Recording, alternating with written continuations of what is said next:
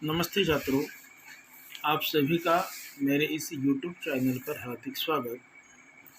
हमने पिछले वीडियो में ज़रा प्यार से बोलना सीख लीजिए इसका भावार्थ पढ़ा।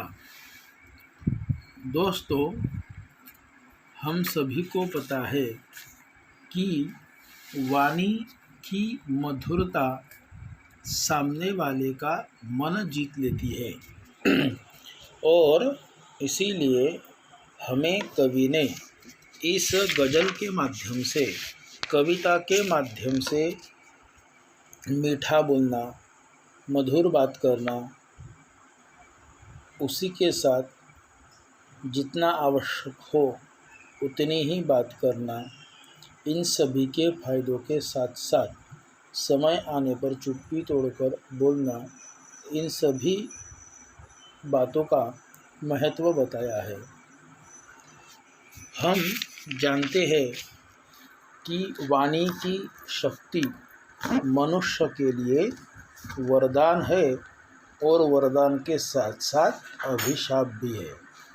मतलब वाणी की जो शक्ति है वो मनुष्य के लिए वरदान तो है ही, लेकिन अभिशाप भी है। वास्तव में मधुर वाणी वचन औषधि के समान होते हैं। जिस प्रकार एक रोगी का रोग दूर करने के लिए उसे औषधि दी जाती है, उसी प्रकार व्यक्ति कितनी परेशानियों से घिरा और तनावग्रस्त क्यों न हो, किसी मधुर वचन उसकी परेशानी व तनाव को दूर करने में सहायता देते हैं या फिर सहायवत होते हैं। मधुर वचनों में इतनी शक्ति और आकर्षण होता है कि मधुरभाषी सारे जग को अपना बना लेते हैं।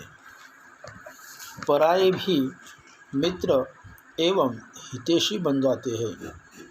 कभी वही कटुभाषी व्यक्ति जो है अपने ही घर में पराया हो जाता है। मानव संसार में शब्दों का बड़ा ही महत्व होता है, अतः हमें एक एक वचन सोच समझकर बोलना चाहिए। वास्तव में मधुर वचन जहाँ दूसरों को आनंद की अनुभव कराते हैं, वही हमारे मन को भी संतुष्टि और शीतलता से भर देते हैं। मीठी वाणी सफलता की कुंजी होती है, अतः हमें सदैव मीठा और उचित बोलना चाहिए। कहा गया भी है कि तुलसी मीठे वचन तय, सुख उपजत चहु और, वशीकरण के मंत्र है तज दे वचन कठोर। मतलब जो कठोर वचन है वह हमें त्याग देने चाहिए और मधुर वचन अपनाने चाहिए। इस तरह हमने अगर मधुर भाषा का प्रयोग किया तो हम सामने वाले का मन जीत सकते हैं। इसके साथ अब हम इस गज़ल के आधार पर, कविता के आधार पर कुछ कृतियाँ, प्रश्न हमें पूछे जा सकते हैं, उसके बारे में अभी हम विचार करेंगे। दोस्तों, पहला जो प्रश्न है वह है, कवि ने इन बातों को सीख लेने को कहा है। अब कवि ने हमें किन बातों को सीखने के लिए कहा है ये आप सभी को पता है, क्योंकि हमने यह कविता पढ़ी हुई है। आप ज़रा थोड़ा सोचिए और इस सवाल का जवाब ढूंढने का प्रयास कीजिए। 4 चीज़ें हैं जो हमें सीखने के लिए कवि ने कही हुई है। सबसे पहले वाणी में शहद घोलना सीखना चाहिए ना, मीठा बोलना चाहिए। इसलिए कवि कहते हैं वाणी में शहद घोलना सीख लेना चाहिए। दूसरी बात, प्यार से बोलना सीखना चाहिए। तीसरी बात, ख्यालों को खुद तोड़ना सीखना चाहिए और अपने आप को टोकना सीख लेना चाहिए। इस तरह यह 4 बातों को, कौन सी 4 बातों को? वाणी में शहद घोलना, प्यार से बोलना, ख्यालों को खुद तोड़ना, अपने आप को टोकना, यह 4 बातें कवि हमें सीखने को कहते हैं इस कविता के माध्यम से। आगे देखिए, उत्तर लिखो। कांटे बोने वाले। अब जो कांटे बोने वाले हैं वह क्या है? कटु वचन। जो कटु वचन है ना, तो वह कांटे बोने का काम करते हैं, इसलिए कांटे बोने वाले कौन है? कटु वचन। दूसरा देखो, आप इधर ध्यान दीजिए किताब में, दूसरे सवाल का जवाब, चुभने वाली। अब चुभने वाली क्या है? तो यहाँ पर है बात बेबाक।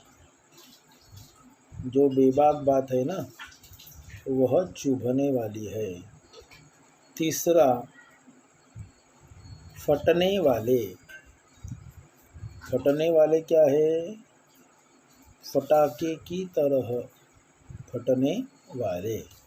इस तरह हम इन तीनों सवालों के जवाब दे सकते हैं। अब कवि आगे हमें पूछते हैं कि चुप रहने के फ़ायदे लिखो। अब देखो दोस्तों, चुप रहने के भी कुछ फ़ायदे होते हैं जो हमें कवि ने बताए हैं, और उसी के साथ पिछले वीडियो में भी मैंने आपको यह चुप रहने के 4 फायदे बताए थे। सबसे पहले तो हमें बोलने के लिए ऊर्जा लगती है, वह ऊर्जा जो है उसकी बचत होती है, पहला फायदा। दूसरी बात करने में बहुत सारा समय गुजर जाता है। बेकार की बातें अगर हमने करनी छोड़ दी तो समय की भी बचत होती है। उसी के साथ मन मुटाव होने का जो खतरा रहता है या फिर संभावना रहती है, वह भी कम हो जाती है। चौथा, ऊर्जा को किसी सकारात्मक कार्य में लगाया जा सकता है। इस तरह चुप रहने के 4 फायदे हम बता सकते हैं। पहले क्या? ऊर्जा की बचत होती है, समय की बचत होती है, मन मुटाव होने की संभावना कम हो जाती है, ऊर्जा को किसी सकारात्मक कार्य में हम लगा सकते हैं। इस तरह चुप रहने के 4 फायदे हमें मिलते हैं। अब आगे है कि कविता की अंतिम 4 पंक्तियों का अर्थ लिखो। अब मैंने आपको पूरे कविता का भावार्थ ही समझा के दिया है, आपको ठीक ठीक समझाया है। फिर भी अगर हम आखिरी जो 4 कविताओं की पंक्तियाँ है, तो उसका अगर अर्थ हमें लिखना है तो हम उसमें लिख सकते हैं कि हमें किसी भी परिस्थिति में दूसरे पर क्रोध में फटने के स्थान पर प्यार का प्रकाश फैलाना चाहिए। यही बात उचित है, क्योंकि क्रोध की प्रतिक्रिया में क्रोध ही मिलेगा और बात हाथ से निकल जाएगी। कटु वचनों से कांटे ही मिलते हैं। कटु वचन ऐसे बीज है जिनके फलस्वरूप कांटों रूपी फसल ही मिलती है। मतलब कांटों का बीज बोया तो कांटों का ही फल हमें मिलेगा। अतः कटु वचनों का त्याग करके मीठी बोली रूपी फूलों के पौधे लगाओ। यदि बात करते करते कोई ऐसा प्रसंग आ जाए कि किसी की बात आपको या आपकी बात दूसरे को चुभने लगे तो बात को प्यार के मोड़ पर लाना सीखो ताकि वातावरण की कटुता दूर हो जाए। पर साथ ही इस बात का भी ध्यान रखना चाहिए कि हमें अनुचित बात पर होठ सीकर यानी चुप भी नहीं बैठना चाहिए। कोई किसी प्रकार का अन्याय कर रहा हो या अत्याचार हो रहा हो तो उस समय चुप रह जाना भी अन्याय ही होगा। हमें ऐसे परिस्थिति में डटकर जोरदार शब्दों में उस बात का विरोध करना चाहिए। इस तरह हम जो कृतियाँ है उसके जवाब हम दे सकते हैं। दोस्तों, आगे कुछ अर्थ हमें पूछे गए हैं कि कविता में आए अर्थ के शब्द लिखो। मतलब जो एक तरफ हमें अर्थ दिया है और दूसरी तरफ हमें शब्द लिखने को कहा गया है।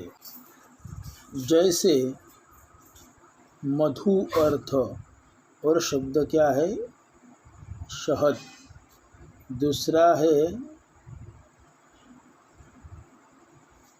दूसरा तीसरा शब्द देखिए विचार, उसका है ख्याल। शब्द क्या है? विचार मतलब ख्याल। दूसरा शब्द है कड़वे। कड़वे इसके बारे में जो शब्द कविता में आया है वह है कटु। और आखिरी शब्द है आवश्यकता। आवश्यकता इस अर्थ का जो शब्द कविता में आया है वह है जरूरत। इस तरह हम जो स्वाध्याय है या फिर इस गज़ल के ऊपर, कविता के ऊपर हमें जो कृतियाँ पूछी जाएंगी वह हम ठीक से उसके जवाब दे सकते हैं। आप इस कविता को पढ़िए। अगर इस कविता में या कविता के बारे में आपको कुछ पूछना है, कुछ इसके बारे में आपके मन में सवाल है तो आप हमें संपर्क कीजिए। धन्यवाद।